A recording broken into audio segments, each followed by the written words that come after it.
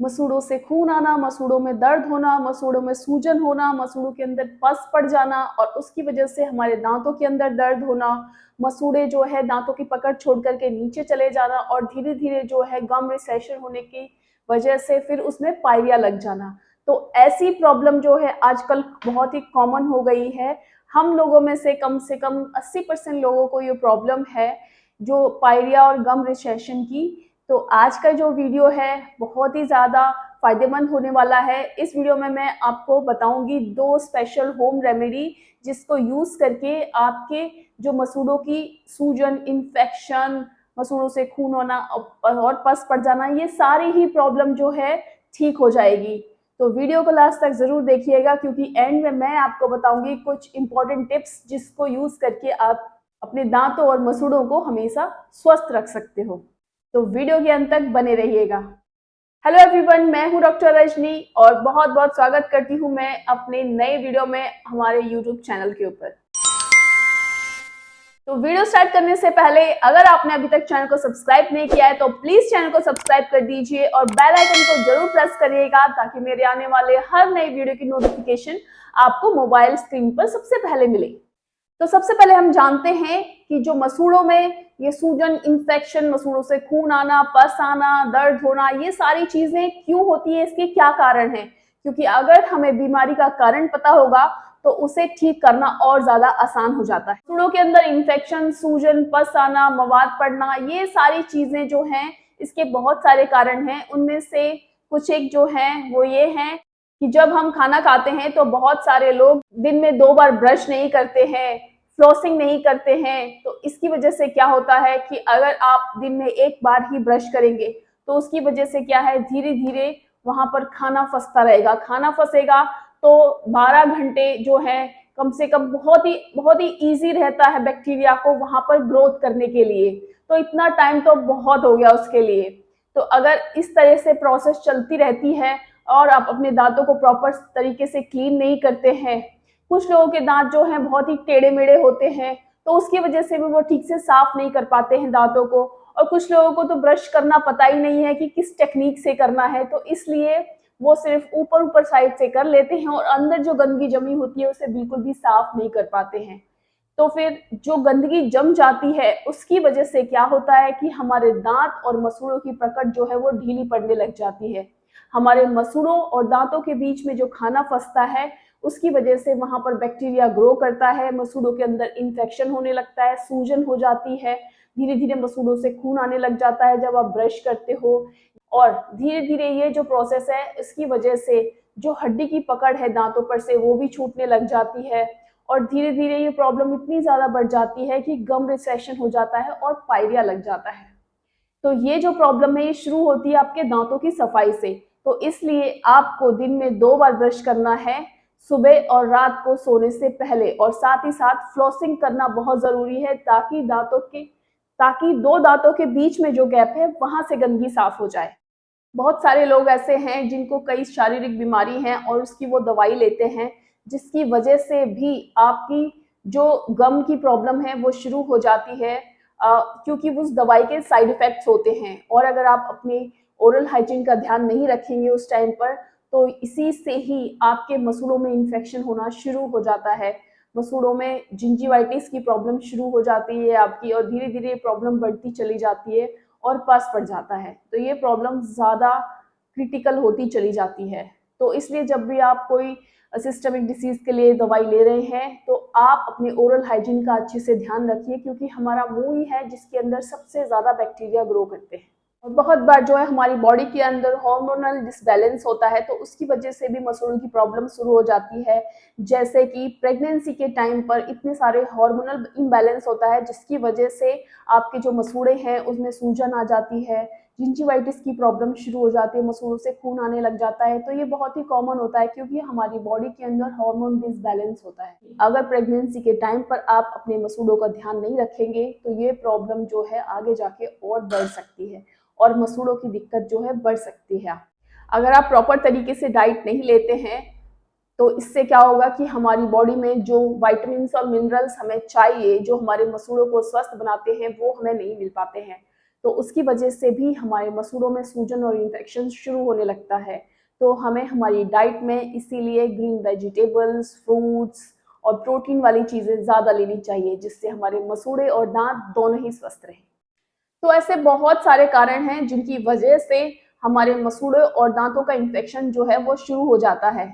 तो लेकिन कोई बात नहीं, मैं आपको बताऊंगी 2 स्पेशल होम रेमेडीज जिसको यूज करके आप अपने मसूड़ों की प्रॉब्लम को ठीक कर सकते हैं, बिना डेंटिस्ट के पास जाए ही, घर पर ही।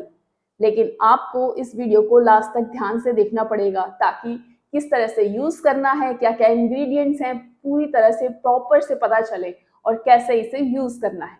तो चलिए बिना किसी देर किए शुरू करते हैं। सबसे पहला है नमक के पानी के कुल्ले। आपको क्या करना है, 1 गिलास गुनगुना पानी लेना है और उसके अंदर 1 चम्मच आपको नॉर्मल नमक मिक्स करना है। इसे अच्छे से घोल लीजिए और इससे आपको दिन में 3 से 4 बार जो है कुल्ले करने हैं।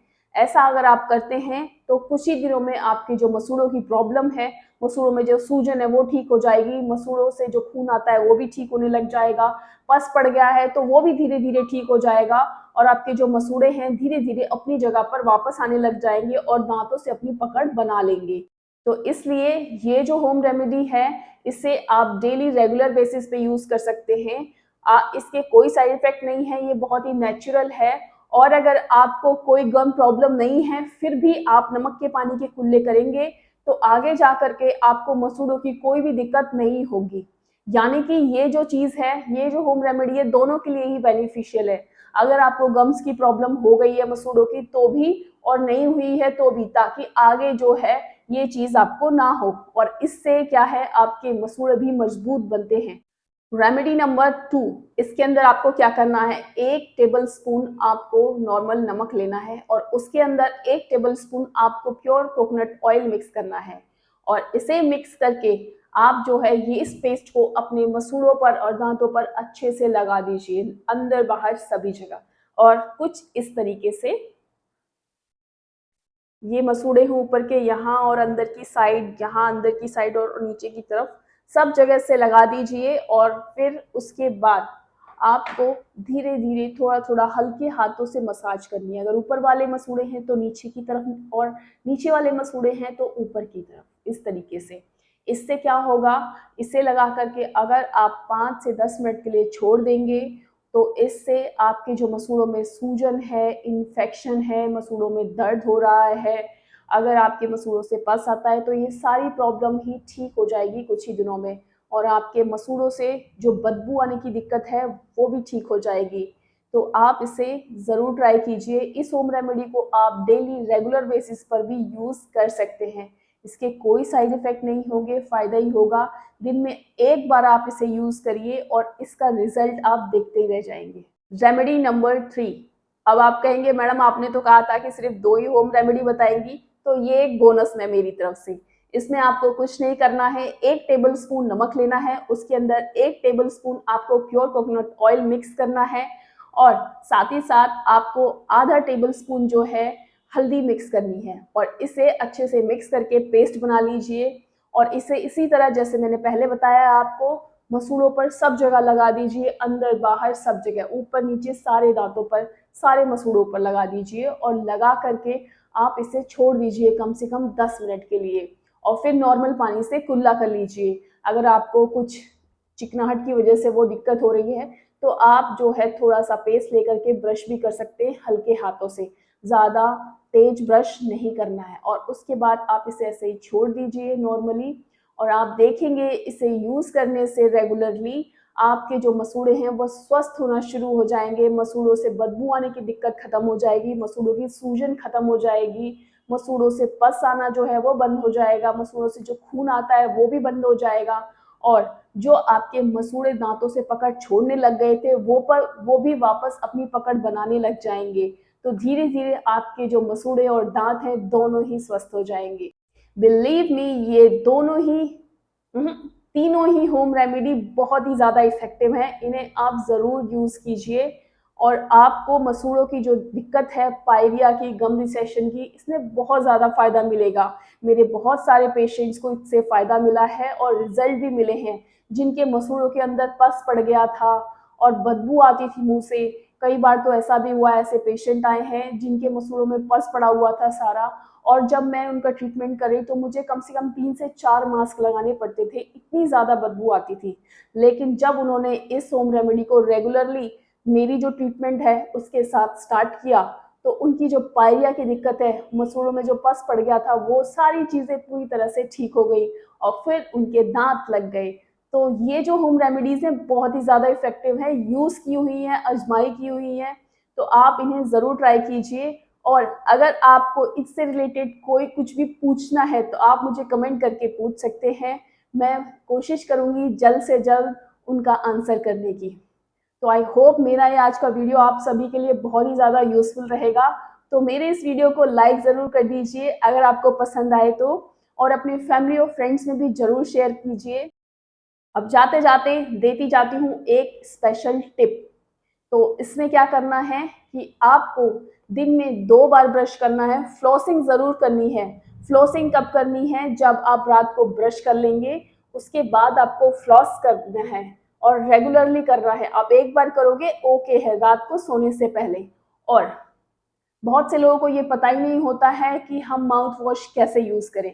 तो माउथ वॉश जो है आपको इस तरीके से यूज़ करना है, जब आप सुबह के टाइम में या फिर नाइट टाइम में जब आप ब्रश कर लेते हैं, ब्रश करने के आधे घंटे के बाद आपको जो है माउथ वॉश यूज़ करना है। उसमें क्या करना है, कोई भी आप माउथ वॉश लीजिए जो भी आप यूज़ करते हैं, जो भी आपको डॉक्टर ने सजेस्ट किया है, उसमें से एक ढक्कन आप माउथ वॉश अपने मुंह में डालिए और अच्छे से घुमाइए। घुमाकर जितनी देर भी रख सकते हो, 1 मिनट, 2 मिनट, 5 मिनट रखिए और उसके बाद उसे थूक दीजिए। लेकिन आपको पानी से कुल्ला नहीं करना है, फिर आप उसे ऐसे ही छोड़ दीजिए, जिससे आपका माउथ जो है वो भी फ्रेश रहेगा, साथ ही साथ जो बैक्टीरिया है वो भी इससे साफ हो जाएंगे। तो बस यही था आज का वीडियो। ऐसे ही इंफॉर्मेटिव वीडियोस के साथ मिलते रहेंगे, तब तक के लिए नमस्कार।